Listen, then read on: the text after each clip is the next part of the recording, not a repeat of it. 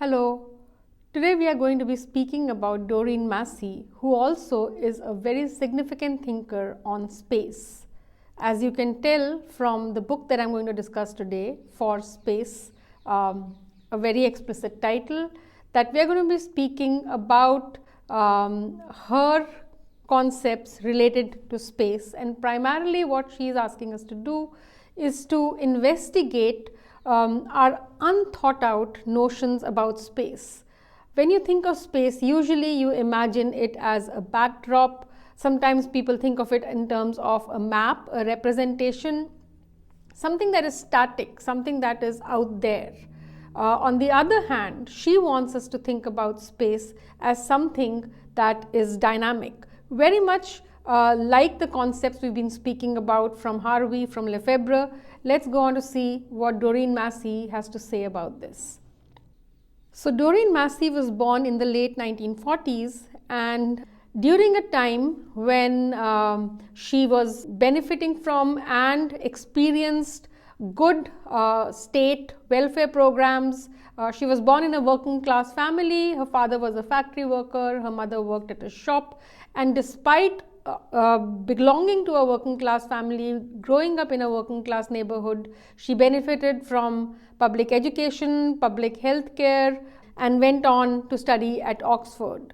And she really kind of reminiscences about that time and how it enabled her and many others. Then she goes on to witness in her life increasing globalization, what Harvey calls time-space compression, but also alongside that the more parochial notion of place that emerges from it.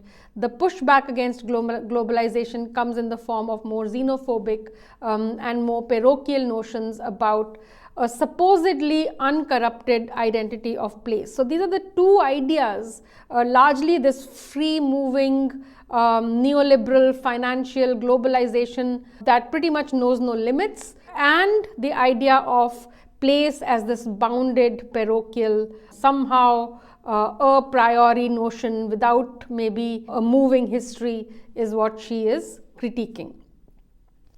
She's written several books. I've put up a few here. After she graduates with her master's, she joins the Center for Environmental Studies, and there she does a lot of work on what she's witnessing in terms of deindustrialization of England in the late 70s and 80s. And from all of this emerges her critique of the industrial location theory and also her understanding of the spatial divisions of labor.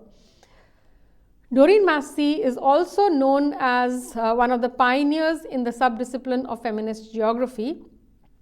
And then the work that we are going to be talking about today, For Space, and her later work on World City.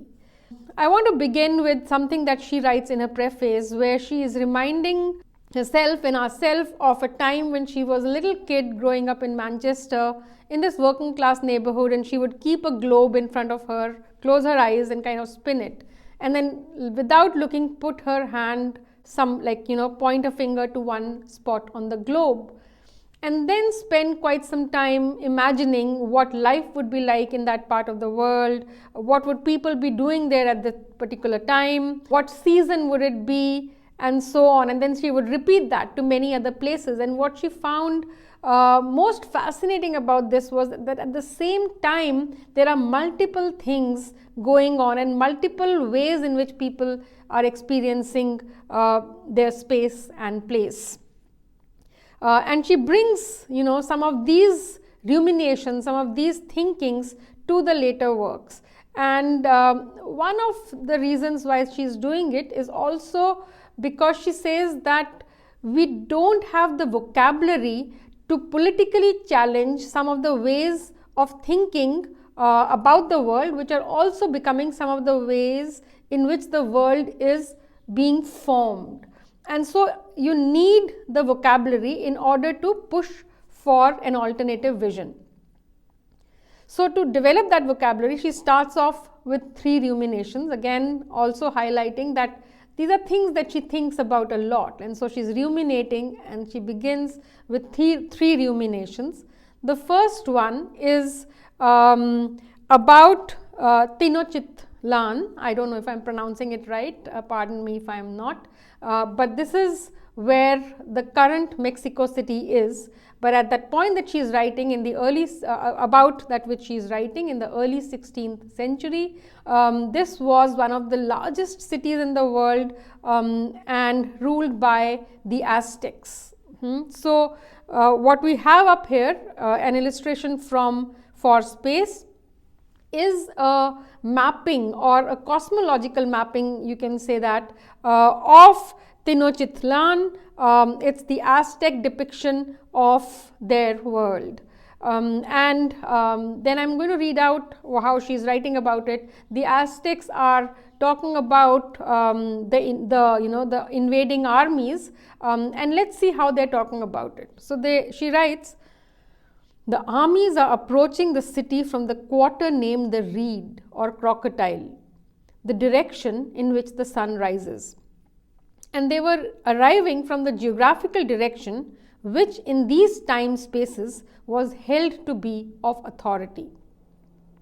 It was also the year 1 Reed, a year of both historical and cosmological significance, a particular point in the cycle of years. So it's year 1 Reed, it's a particular point in a cosmological time scale and which signified change. So this is how the Aztecs are reading the arriving of the army, right?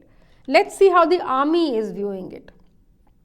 So this is, I have again a quote from the three ruminations and in the book, and she writes describing how Cortes, who is leading the army, is thinking about this and the others.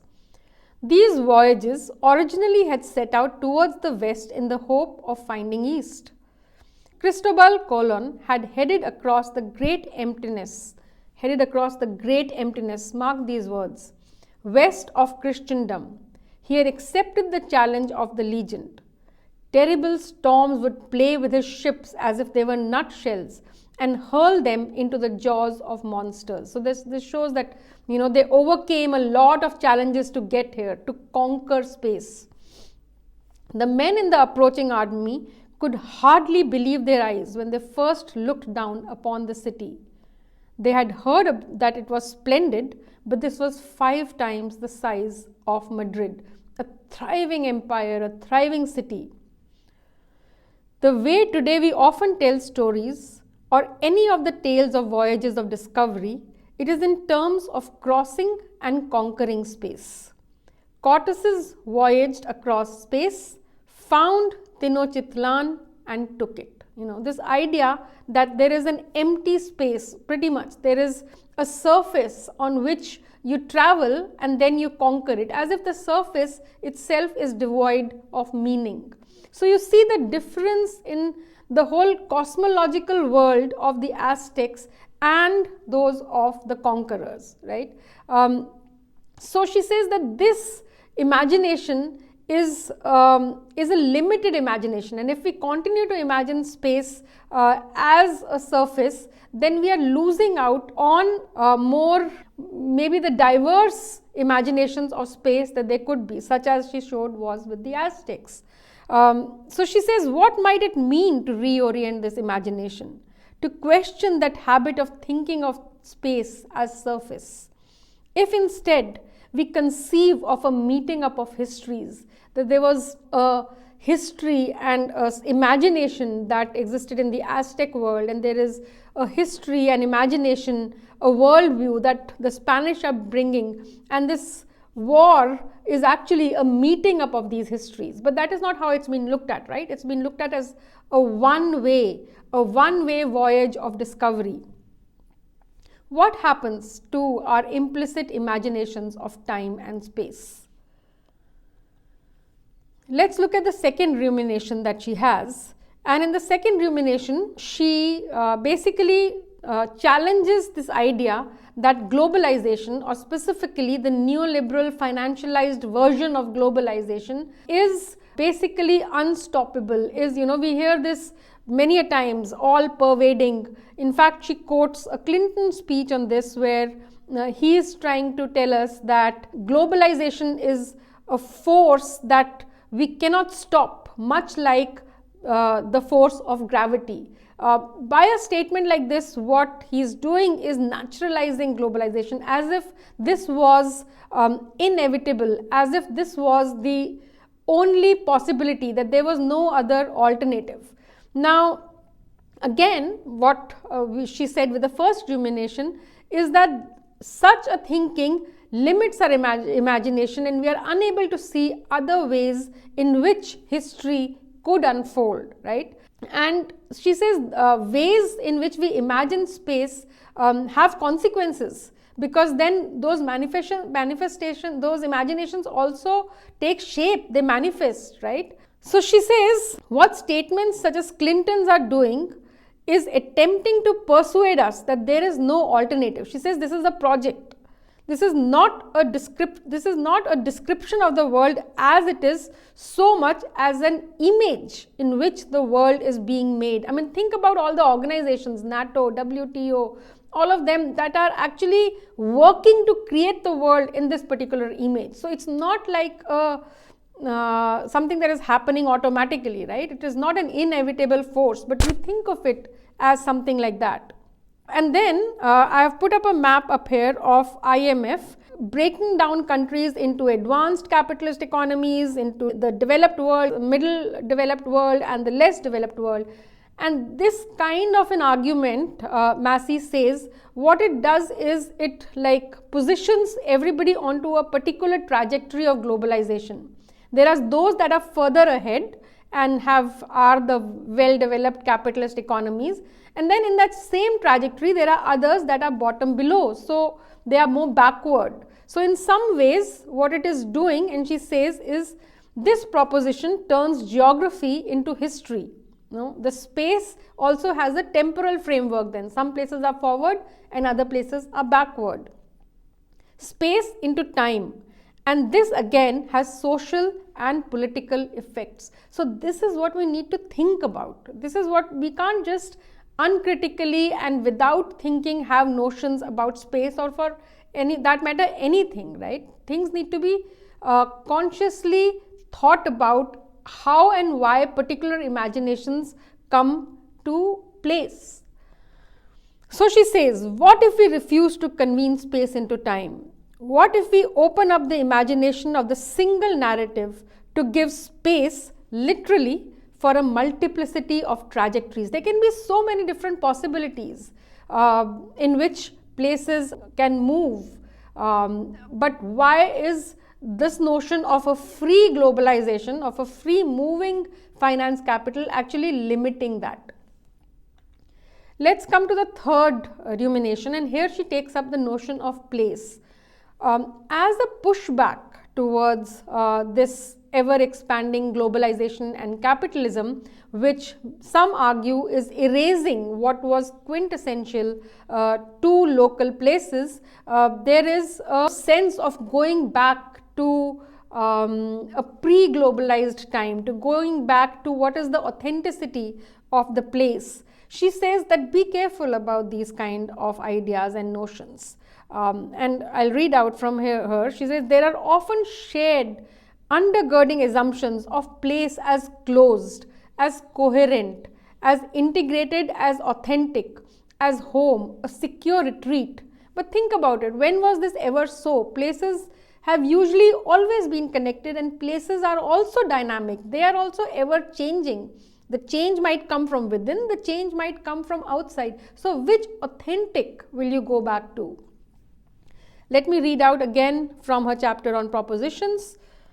She writes, what then if we refuse this imagination? What then, not only of the nationalisms and parochialisms which we might gladly see thereby undermined, but also of the notion of local struggles or of the defense of place more generally?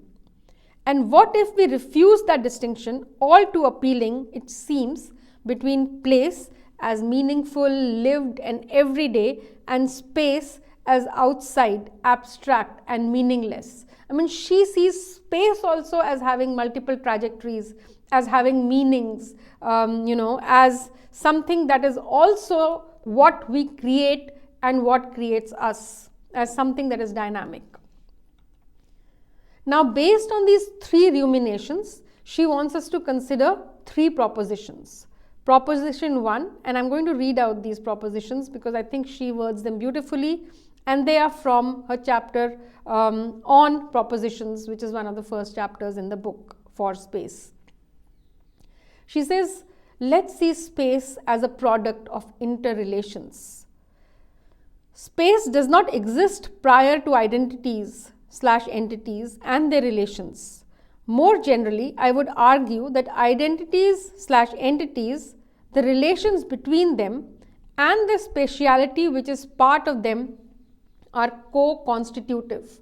I mean, just imagine we perform particular roles and have particular relations in a space, and therefore the space acquires meaning based on the relations that are there. Similarly, the space itself is shaping the way those relations can unfold, so that these the relational identities and space as relational are both being co-constituted. So this is the idea that she wants us to replace the idea of space as backdrop. The second proposition, space as the sphere of the possibility of the existence of multiplicity, that multiple trajectories can unfold. It is not one linear graph where a backward place has to reach a forward place. A genuine, thorough spatialization of social theory and political thinking can force into the imagination of a fuller recognition of the simultaneous coexistence of others with their own trajectories and their own stories to tell. The imagination of globalization as a historical cue. Some places are forward, some places are backward. The imagination of globalization as a historical cue does not recognize the simultaneous experience, the simultaneous coexistence of other histories with characteristics that are distinct, which does not imply unconnected, and futures which potentially may be so too, like which also potentially can be distinct, can be different from that one trajectory of financialized, globalized capitalism to which we don't have another possibility. So, actually looking at the world or looking at space with this kind of a notion opens up possibilities for us, right? It opens up the possibility of imagining a different world. The third proposition that she has for us is imagining space as always in process. And she writes, the frameworks of progress, of development, and of modernization, and the succession of modes of production elaborated within Marxism. That also, right? Modes of production is a linear history. We start off with slavery and feudalism, and then we come to capitalism. So, and then it's supposed to go to socialism and communism. So there is a already predefined path which she rejects. She says, all-purpose scenarios in which the general directions of history, including the future, are already known. A space then which is neither a container for always already constituted identities nor a completed closure of holism. This is a space of loose ends and missing links. For the future to be open, space must be open too. A very important line. For us to be able to imagine possible futures which are open, which are not already predetermined and predestined, our understanding or our imagination of space also has to be open. She uses the term, sometimes she uses the term spatial imagination, and sometimes she uses the term geographical imagination. And I'm going to try and give a little bit of a difference, although don't take this as too much of a clear distinction, but yet I think it makes the politics a little bit clearer if I do that. So spatial imagination, especially the unconscious or the unobserved kind of spatial imagination that we all carry, is basically what she terms as spatial imagination. She says these are often inherited, unconscious habits that we have, where we think of space as flat, as static, as empty, and place as closed, as authentic, and the idea where space turns into time, or geography is actually telling of a history where some places are forward and backward. She says instead we are also asking to develop a geographical imagination, which is about how we imagine the world, where we can imagine a multiplicity of coexisting trajectories.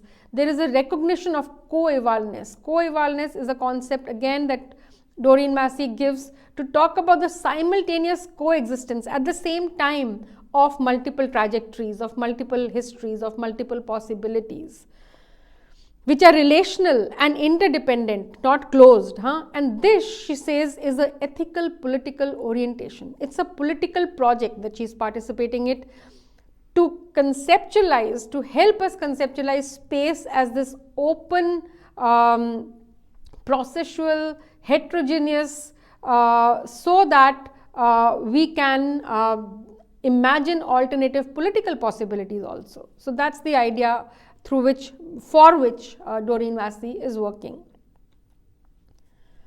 Now, I want to introduce a few keywords that Doreen Massey uses in for space, which I think actually give us a good spatial vocabulary in order to understand some of the processes for which we may not have a word.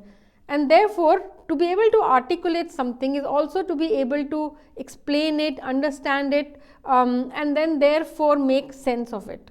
So one of these words that she gives us is called thrown togetherness. For thrown togetherness, Doreen Massey writes, instead of imagining places as areas with boundaries around, they can be imagined as articulated moments in networks of social relations and understandings. A place is a coming together of trajectories, a thrown togetherness. I mean, just think of any space or any place here that she's talking about. Your place where you reside would have all of the people who've been living there, let's say for the past 50 years, and then there are newer people who've come in, there are migrant workers, there are newer kinds of technologies that have come in. Television and other media has brought in various forms of culture that perhaps didn't coexist. New commodities are being brought in. There are new imaginations that are unfolding as we move forward generationally and spatially. People are traveling, going out, coming back, bringing different ideas. So all of this materiality, ideas, people, and so on are thrown together to make that place, right? A place is a coming together of these trajectories. It is a thrown togetherness. So she really wants us to appreciate this idea about place rather than the closed and bounded, this is, how it should be, very parochial and xenophobic. I mean, this is also coming from, we see now there is that push or there is that fear of immigrants. There's that fear of migrant populations coming in and somehow corrupting place. But place has always been about change, right? Places have always been about dynamism. So why think of them as these authentic bounded entities as if they were formed out of the blue without any interaction with the outside? They are relational places. The next concept is power geometries, and for this Doreen Massey writes, the notion of space as constituted through the practices of engagement and power geometries of relations, of restructuring of space, both through enclosure and through flow. So there is both. Through such relations and through an understanding of those relations as differentially and unequally empowering in their effects. A lot of her ideas about power geometry are coming from her observing her own situation in England with growing deindustrialization as she was growing up, and therefore an uneven spatial distribution of labor and capital. How some places become more impoverished, whereas others begin to thrive. So how that is happening, there is a power geometry, she says. There are these lines that, imaginary lines that shape our landscape, kind of similar to what Harvey spoke about in the uneven geographical development idea, but also in the way that colonialism and imperialism form power geometries where the world gets shaped into with unequal access to power. I'm going to end with this quote from Doreen Massey, but before I read out the quote, which I think is quite significant, being this being a social theory class, I want to direct your attention to this one podcast called Spatial Delight, published by the Sociological Review. It's available online. I've given a link here, but this is largely speaking of Doreen Massey's work, and I highly encourage all of you to go back and hear that out. So let's read this quote and then end the class. She writes, "If time unfolds as change, then space unfolds as interaction. In that sense, space is the social dimension, right? It is through space that we can conceptualize social relations, and it is in space that social relations form. It is space that gets altered with the altering of the social relations, and all of this is mutually constituted." So thank you so much, and see you in next class. Bye.